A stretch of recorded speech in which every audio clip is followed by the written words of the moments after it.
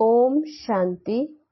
आज 10 जून 2025 बाप दादा के मधुर महावाक्य हैं।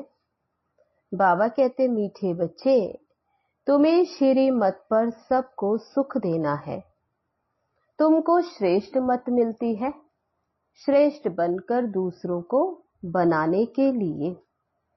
प्रश्न है, रहम दिल बच्चों के दिल में कौन सी लहर आती है, उन्हें क्या करना चाहिए?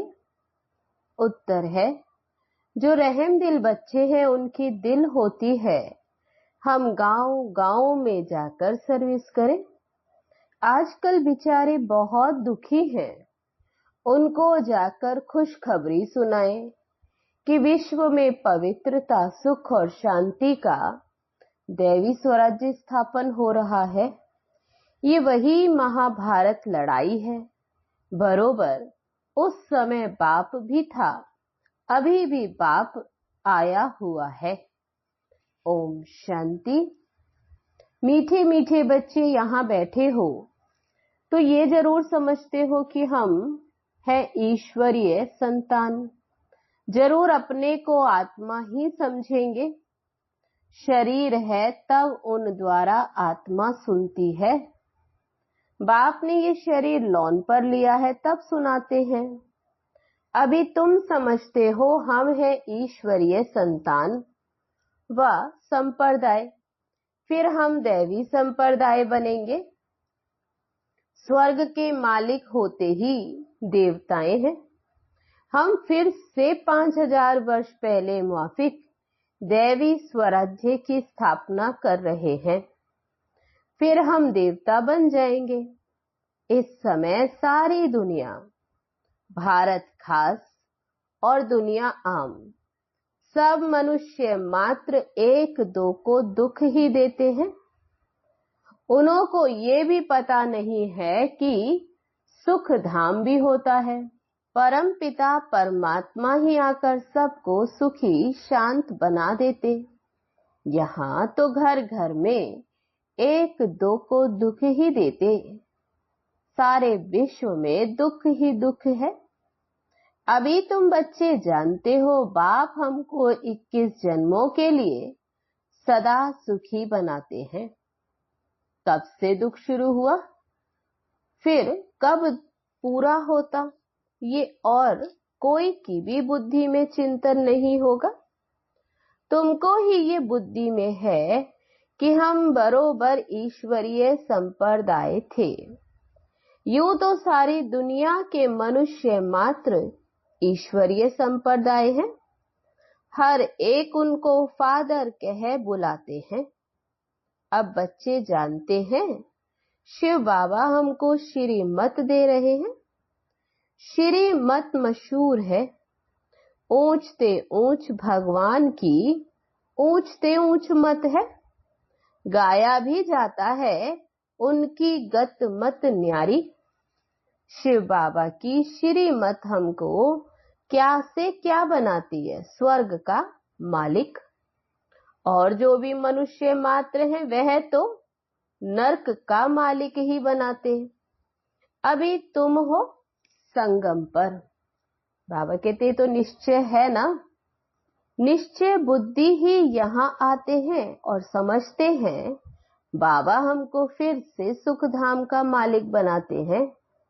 हम ही 100% पवित्र ग्रस्त मार्ग वाले थे। अब ये स्मृति आई है। 84 जन्मों का भी हिसाब है ना। कौन कौन कितने जन्म लेते। जो धर्म बाद में आते हैं उन्हों के जन्म भी थोड़े होते। तुम बच्चों को अब ये निश्चय रखना है हम ईश्वरीय औलाद हैं। हमको श्रेष्ठ मत मिलती है सबको श्रेष्ठ बनाने के लिए। हमारा वही बाबा हमको राजयोग सिखलाता है। मनुष्य समझते हैं कि वेद शास्त्र आदि सब भगवान से मिलने के रास्ते हैं और भगवान कहते हैं इनसे कोई भी मेरे साथ मिलता नहीं। मैं ही आता हूं तब तो मेरी जयंती भी मनाते। परंतु कब और किसके शरीर में आता हूं ये कोई भी नहीं जानते, सिवाय तुम ब्राह्मणों के। अभी तुम बच्चों को सबको सुख देना है। दुनिया में सब एक दो को दुख देते, वो लोग ये नहीं समझते कि विकार में जाना दुख देना है। अभी तुम जानते हो ये महान दुख है। कुमारी जो पवित्र थी उनको अपवित्र बनाते। नरकवासी बनने के लिए कितना सेरेमनी करते। बाबा कहते यहां तो ऐसे हंगामे की कोई बात ही नहीं। तुम बड़ा शांति से बैठे हो, सब खुश होते, सारे विश्व को सदा सुखी बनाते। तुम्हारा मान शिव शक्तियों के रूप में है। तुम्हारे आगे लक्ष्मी नारायण का तो कुछ भी मान नहीं, शिव शक्तियों का ही नाम बाला है। क्योंकि जैसे बाप ने सर्विस की है, सबको पवित्र बनाकर सदा सुखी बनाया है, ऐसे तुम भी बाप के मददगार बनो। इसलिए तुम शक्तियां भारत माताओं की महिमा है। ये लक्ष्मी नारायण तो राजा रानी और प्रजा सब स्वर्गवासी हैं। वह बड़ी बात है क्या? जैसे वे स्वर्गवासी वैसे यहाँ के राजा रानी नरकवासी। ऐसे नरकवासियों को स्वर्गवासी तुम बनाते हो। मनुष्य तो कुछ भी नहीं जानते, वे बिल्कुल ही तुच्छ बुद्धि। क्या क्या करते रहते हैं, कितनी लड़ाइयां आदि हैं, हर बात में दुखी ही दुखी है। सत्युग में हर हालत में सुख ही सुख है। अभी सबको सुख देने के लिए बाबा श्रेष्ठ मत देते हैं।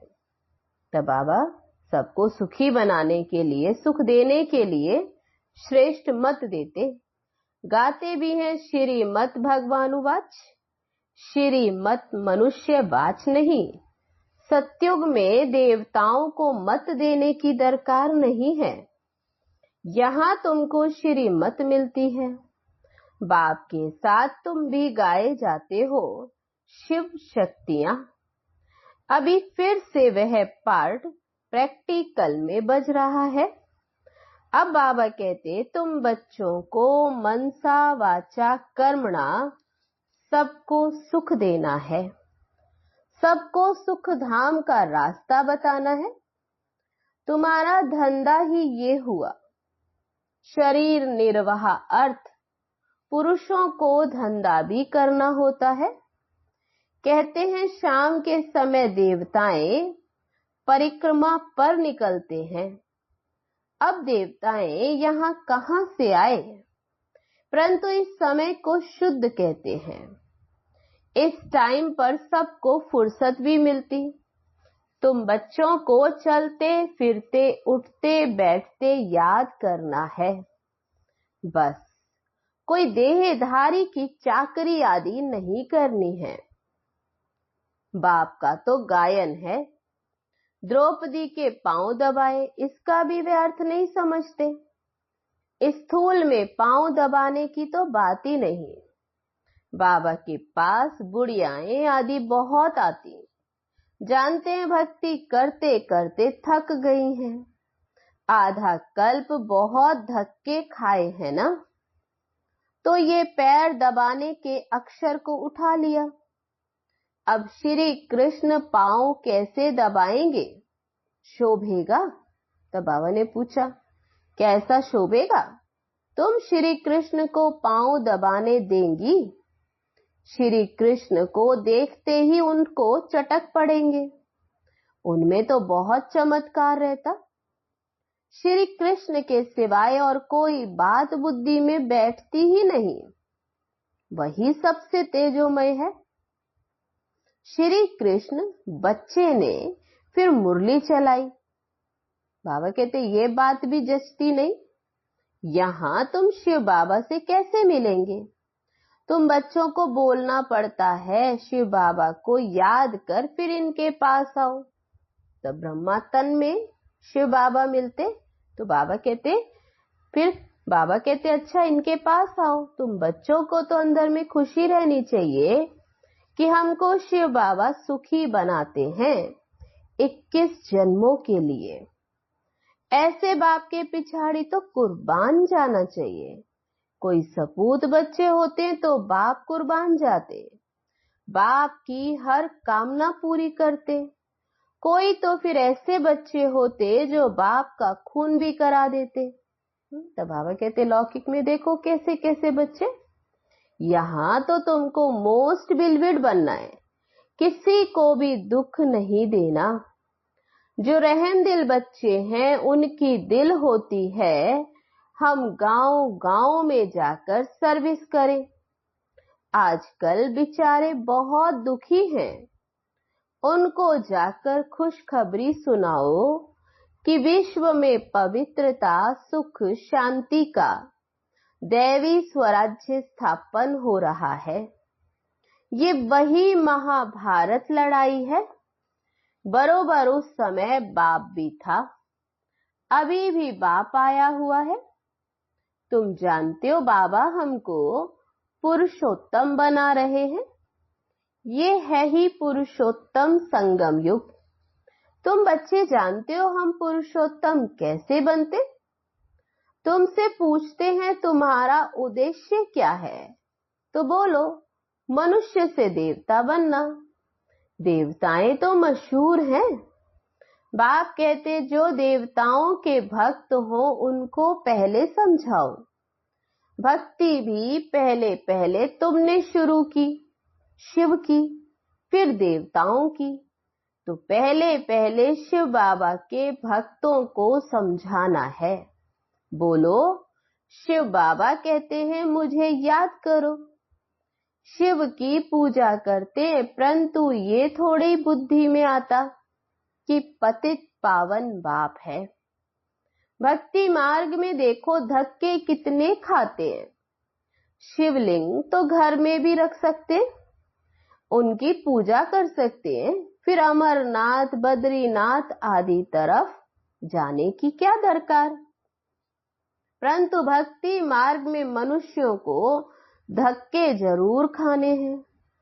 बाप तुमको उनसे छुड़ाते हैं, धक्के खाने से बाप छुड़ाते। तुम हो शिव शक्ति, शिव के बच्चे, तुम बाप से शक्ति लेते हो, वह भी मिलेगी याद से। विकर्म विनाश होंगे, पतित पावन तो बाप है ना। याद से ही तुम विकर्मा जीत पावन बनते हो। सबको ये रास्ता बताना है। तुम अभी राम के बने हो।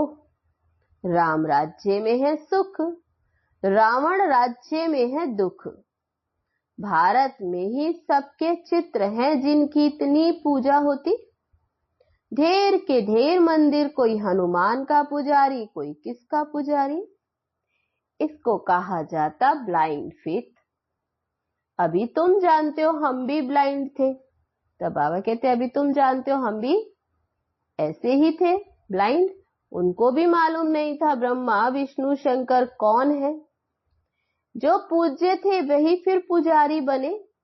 सतयुग में है पूज्य, यहाँ है पुजारी। बाबा कितना अच्छी रीति समझाते हैं। अभी तुम जानते हो पूज्य होते ही हैं सतयुग में। यहाँ पुजारी तो पूजा ही करते हैं। तुम हो शिव शक्तियां। अभी तुम ना पुजारी हो और ना ही पूज्य हो। तब बाबा कहते अभी तुम ना पुजारी और ना पूज्य, बाप को भूल मत जाओ। तब बाबा कहते अभी संगम पर तुम तो बाप को जानते हो, याद करते हो, तो भूल मत जाओ। ये साधारण तन है ना, इसमें ऊंच से ऊंच फिर भगवान आते हैं। तुम बाप को अपने पास निमंत्रण देते हो ना, बाबा आओ, हम बहुत पतित बन गए हैं। पुरानी पतित दुनिया, पतित शरीर में आकर हमको पावन बनाओ। बच्चे निमंत्रण देते हैं। यहाँ तो कोई भी पावन है ही नहीं। जरूर सभी पतितों को पावन बना कर ले जाएंगे ना। तो सबको शरीर छोड़ना पड़े ना। मनुष्य शरीर छोड़ते हैं तो कितना हाय दोष मचाते। तुम खुशी से जाते हो। अभी तुम्हारी आत्मा रेस करती है, देखे कौन शिव बाबा को जास्ती याद करते। शिव बाबा की याद में रहते रहते ही शरीर छूट जाए तो अहो सौभाग्य, बेड़ा ही पार हो जाए। अभी सभी को बाप कहते ऐसा पुरुषार्थ करो। सन्यासी भी कोई कोई फिर ऐसे होते हैं, ब्रह्म में लीन होने के लिए अभ्यास करते, फिर पिछाड़ी में ऐसे बैठे बैठे शरीर छोड़ देते, सन्नाटा हो जाता। सुख के दिन फिर आएंगे। इसके लिए ही तुम पुरुषार्थ करते हो, बाबा हम आपके पास चलें। आपको ही याद करते करते जब हमारी आत्मा पवित्र हो जाएगी तो आप हमको साथ ले जाएंगे। आगे जब काशी कलवट खाते थे तो बहुत प्रेम से खाते थे, बस हम मुक्त हो जाएंगे ऐसे समझते थे। अभी तुम बाप को याद करते चले जाते हो शांति धाम। तुम बाप को याद करते हो तो इस याद के बल से पाप कटते हैं। वह समझते हैं फिर पानी से पाप कट जाएंगे, मुक्ति मिल जाएगी। अब बाप समझाते वह कोई योग बल नहीं है। पापों की सजा खाते खाते फिर जाकर जन्म लेते, नए सिर फिर पापों का खाता शुरू होता। कर्म अकर्म विकर्म की गति तो बाप बैठ समझाते हैं। राम राज्य में कर्म अकर्म होते हैं, रावण राज्य में कर्म विकर्म हो जाते, वहां कोई विकार आदि होता नहीं। मीठे मीठे फूल बच्चे जानते हैं। बाप हमको सब युक्तियां सब राज अभी समझाते हैं। मुख्य बात ये है कि बाप को याद करो। पतित पावन बाप हमारे सामने बैठे हैं तो कितना निर्माण है। बाबा सामने बैठे तो वो देखो कितना निर्माण, कोई अहंकार नहीं, बिल्कुल साधारण चलते रहते। बाप दादा दोनों ही बच्चों के सर्वेंट हैं।